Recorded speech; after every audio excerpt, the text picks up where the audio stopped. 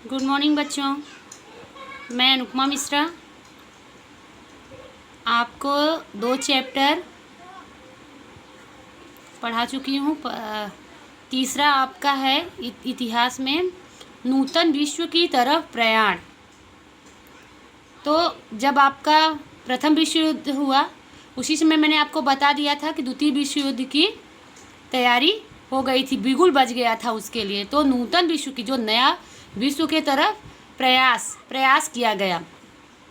2 विश्व युद्ध के बीच का वैश्विक प्रवाह।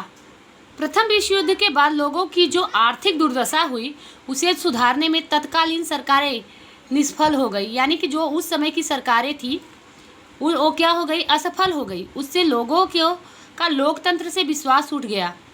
जो उनके सरकार के नियम बनाए गए थे उस पर से लोगों का विश्वास उठ गया। कई राष्ट्रों में तानाशाही का उदय हुआ। अभी आप ही देखो, जब हमारे यहाँ प्रथम विश्व युद्ध हुआ तभी द्वितीय विश्व युद्ध का तैयारी हो गया था, क्योंकि लोग असंतुष्ट थे उससे। तो 2 विश्व युद्ध के बीच उन लोगों के सुधारने का क्या आर्थिक दुर्दशा क्या थी, बहुत ही दयनीय हो गई थी।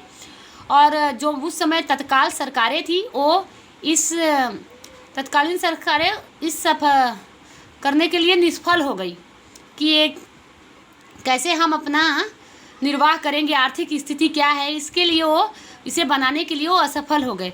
लोकतंत्र से यानी कि उनके सरकार से उनका क्या था, विश्वास ही उठ गया। जब कोई कार्य नहीं होगा सही तो सरकार से उनके विश्वास क्या हो गया, उठ गया। कई राष्ट्रों में तानाशाही का उदय हुआ। लोग क्या किए, अपने आप को ही महान समझने लगे। उसके परिणाम स्वरूप वे द्वितीय विश्व युद्ध के सृजनात्मक परिबल बने। इस संदर्भ में यह निम्नलिखित घटनाक्रमों का अध्ययन किया गया। पहला क्या था, इटली में फांसीवाद अपना एक ग्रुप बना, एक गुट बन गया। जर्मनी में नाजीवाद, जापान में सैन्यवाद, वैश्विक महामंदी 1929 से 32 तक। पहला क्या है, इटली में फांसीवाद।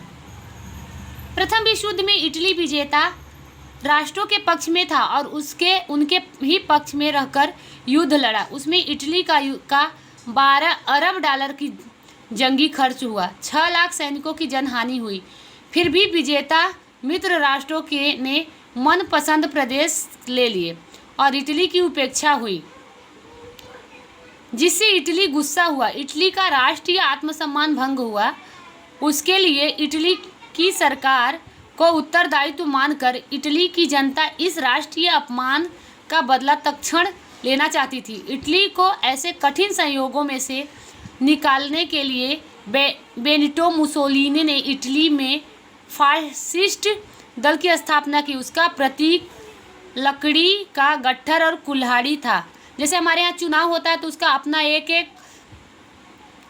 वो प्रतीक होता है, वैसे ही इसका प्रतीक था लकड़ी का गट्ठर और कुल्हाड़ी था, जो रोमन सम्राट की सर्वोपरिता का प्रतीक है। फांसीवाद इटली के फासेज शब्द से आया है। फासेज शब्द का अर्थ सभी वस्तुओं पर राज्य का अधिकार होता है। मुसोलिनी का मुद्रा लेख था एक दल और एक नेता। उनका अपना एक नारा होता है। तो मुसोलिनी का मुद्रा लेख था एक दल और एक नेता। उनका कहना था एक गुट बने और एक ही नेता हो। उसने अपने पक्ष के स्वयं सेवकों को सैनिक प्रशिक्षण दिया। उसका गणवेश काले रंग का था, यानी कि उनका वस्त्र काले रंग का था। मुसोलिनी ने सत्ता पर आने के बाद भूमध्य सागर के रोहोडस और डोडिकानीज द्वीपों को तुर्कों से छीन लिया। 1924 में अल्बानिया, एबिसिनिया और फ्यूम बंदरगाह जीत लिया। इतनी सफलता पाने के पश्चात मुसोलिनी राष्ट्रसंघ से अलग हो गया और रोम, बर्लिन, टोक्यो, धुरी में वह शामिल हुआ। इसलिए इटली द्वितीय विश्व युद्ध के लिए उत्तरदायी परिबल बना। द्वितीय विश्व युद्ध के लिए जितने भी परिबल उत्तरदायी बने उन्हीं के बारे में बताया गया। दूसरा है जर्मनी में नाजीवाद। प्रथम विश्व युद्ध में जर्मनी की हार हुई। वह आर्थिक रूप से बर्बाद हो गया। पेरिस की शांति परिषद में वर्सेल्स की संधि पर जर्मनी को हस्ताक्षर करने के लिए विवश किया गया। कोई भी युद्ध होगा, आप समझो कि कोई भी युद्ध होगा, उसमें जनहानि के साथ साथ आर्थिक रूप से भी हम कमज़ोर होंगे। एडोल्फ हिटलर राष्ट्रीय समाजवादी जर्मन मजदूर दल में 1919 शामिल हुआ। 1919 में मजदूर दल शामिल हुए। यह दल नाजी दल के रूप में प्रसिद्ध है। नाजी दल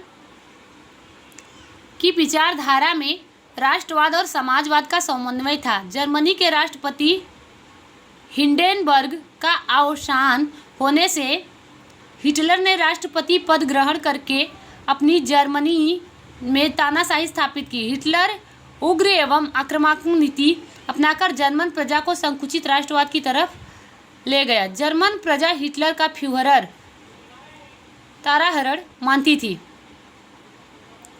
नाजीवाद के सैनिक नीले रंग के सैनिक पोशाक पहनते हैं और कंधे पर लाल रंग की पट्टी तथा स्वास्तिक का चिन्ह आप अपने घरों में देखे होंगे, पूजा के स्थानों पर देखे होंगे, जैसा प्रतीक लगता था। सत्ता पर आने के बाद हिटलर का निरंकुश सत्तावादी और युद्ध प्रिय स्वभाव स्पष्ट रूप से देखने को मिला। उसका मुख्य उद्देश्य जर्मनी को एक महत्वपूर्ण सत्ता के रूप में उदित करना था, परंतु उसकी नीतियों के लक्ष्य जर्मनी नीति के शुद्धिकरण के नाम पर यहूदियों, जिप्सियों और मानसिक रूप से विक्षिप्त व्यक्तियों का नाश करना था।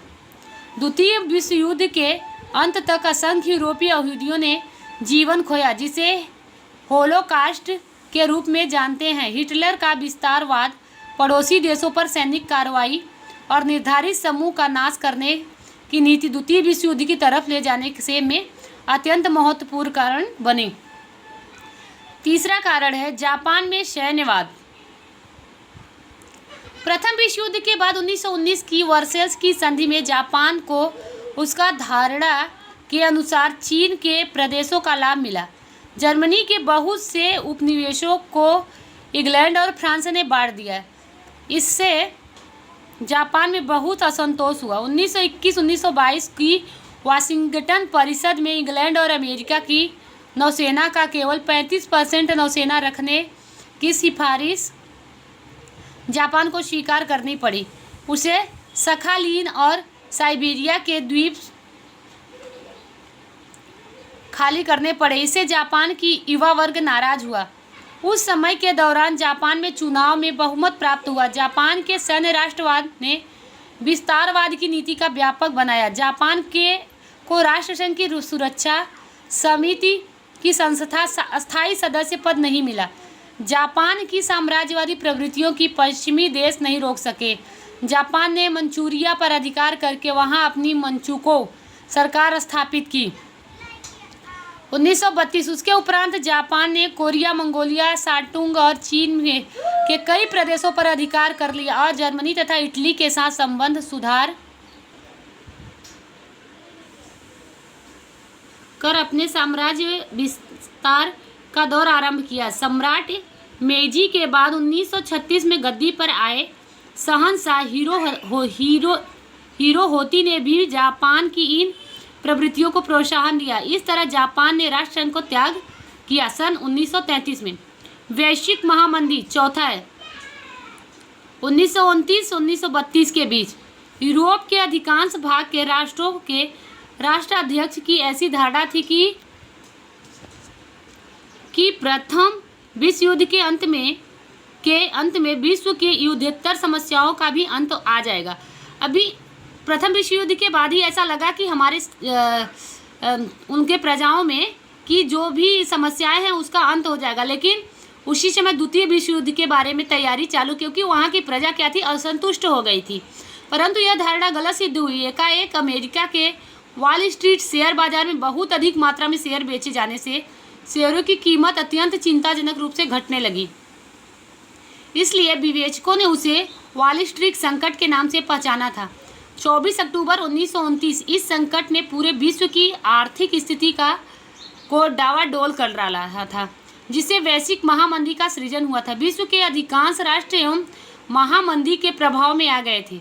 ग्रेट ब्रिटेन जैसी महासत्ता को भी अपने प्रचलित मुद्रा पाउंड के समक्ष आरक्षित रूप से रखे जाते स्वर्ण भंडार की नीति त्यागनी पड़ी। उसका प्रभाव विश्व के अन्य राष्ट्रों और अंतर्राष्ट्रीय व्यापार उद्योगों पर पड़ा। अमेरिका जैसे समृद्ध राष्ट्रों की आर्थिक स्थिति की अवगणना करके भी कठोर नियंत्रण लादना पड़ा। विश्व व्यापार घटकर आधा रह गया। इस प्रकार से द्वितीय विश्व युद्ध की रूपरेखा का सृजन हुआ। आपको बता दूं कि कि द्वितीय विश्व युद्ध 1939-1945 में हुआ, कारण क्या क्या थे। आपको अगले वीडियो में मैं द्वितीय विश्व युद्ध के कारण के बारे में बताऊंगी।